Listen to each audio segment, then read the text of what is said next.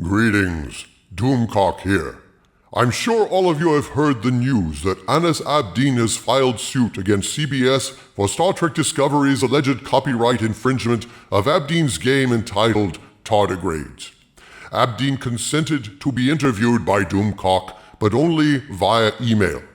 I was allowed to submit written questions, and Anis consented to reply to those questions. I am presenting the entirety of my questions and his answers to you now. These are his words verbatim, and he assures me that his lawyer has agreed that this information is not sensitive or injurious to his case.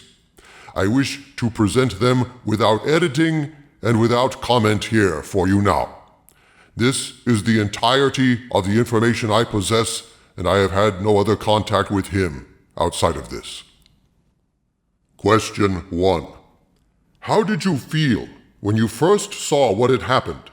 If you could, please paint us all a picture of your reaction at an emotional level to seeing your dream made manifest on someone else's screen. Well, to answer this question, I will have to give a brief background about my life.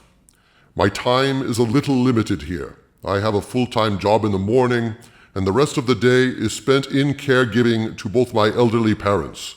Father has Parkinson's and lately showing some symptoms of dementia. So one could imagine how difficult for someone in my case to find free time to develop games. I had no time for TV or entertainment news, so I didn't even know there was a new Star Trek show. I received a few messages from friends and fans of my project Tardigrades asking if I had watched the show. I thought they were only asking because they know how much I love astronomy and space in general. But they were pointing to similarities between the show and my project.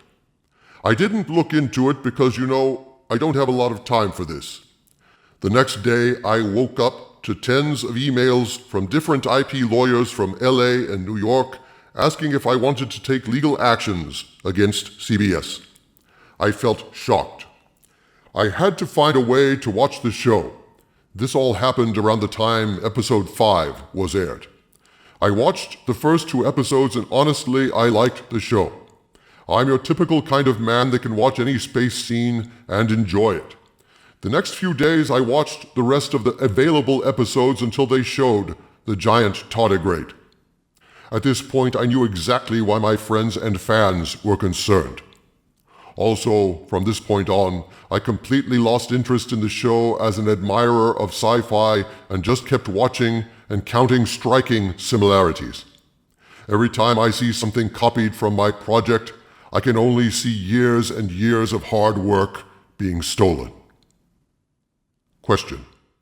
Could you give us some background on your game, what it's about, the history of development, and its current status / where people can obtain it? Answer. Tardigrades is an old-school point-and-click adventure game. It's about the race of civilizations around 20,000 BC to reach intergalactic travel. The player character is a botanist named Carter. There's a diverse of NPCs that one can interact with.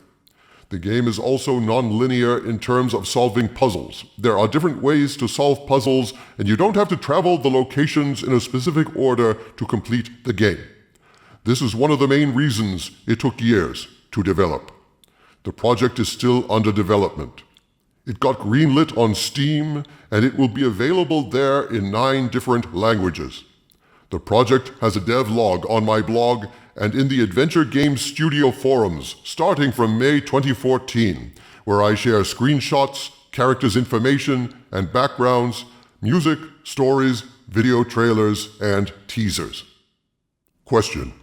Could you give us a rundown of the major points of similarity as you see them between your game and Star Trek Discovery, with the understanding from a legal standpoint, and I'll put this in the interview explicitly, that you're not limiting your claim in any way, and further points of similarity may well come into play in the future, the similarities including but not being limited to these you present? Answer. The main similar point here is the giant blue-lit tardigrade that is used to travel space instantaneously. Then there is the setting, where a traveler is inside a blue-lit room with little white dots flying around. Then there are the characters. The character in my project who is exploring and researching the connection between tardigrades and space travel is a blonde botanist. There's also the appearance of homosexuality in the game's characters. At one point, Captain Lorca was talking to Stamets about a friend of his who was in danger.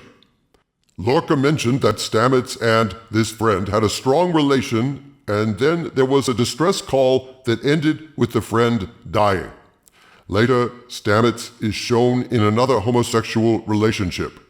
The whole scenario is mentioned specifically in my blog between a gay character whose boyfriend was endangered in a base on Titan. There's even a teaser video about it. Eventually the man on Titan dies, and later a new boyfriend shows up. The homosexual couple are an albino blonde man and a dark bearded man.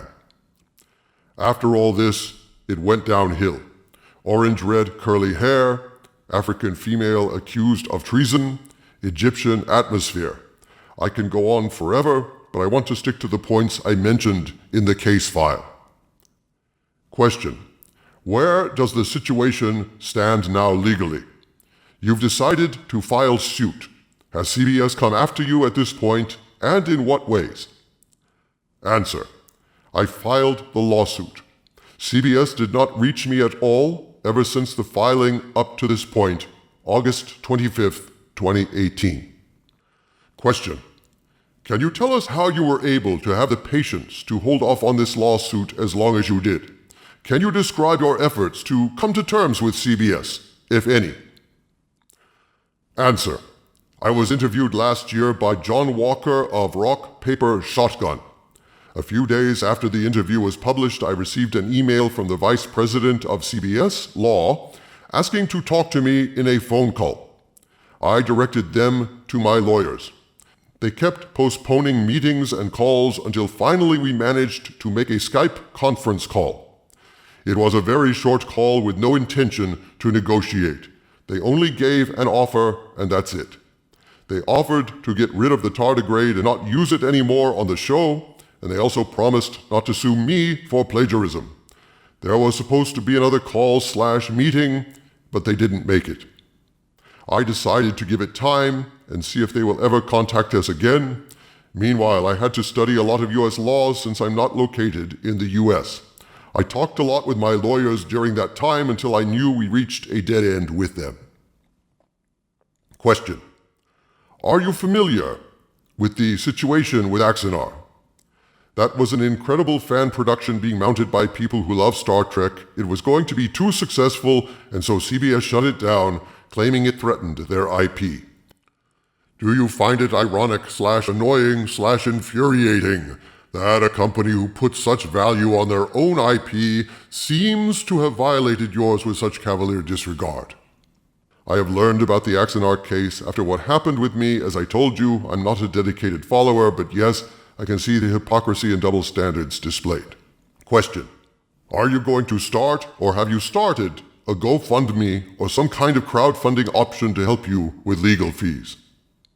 Answer: I have not started any funding campaign yet. I will decide how to handle further the legal fees later on.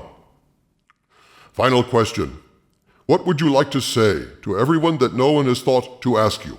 What message, what entreaty do you have for the world? Answer: I just want to thank everyone who showed interest in the case. I have been and still being bullied through email and social media. My Twitter account suffered a lot from hacking attempts in the last 6 months, so your support and love means the world to me. My best outcome of all this is knowing that there is still hope in this world. And there you have it, Anas Abdin speaks.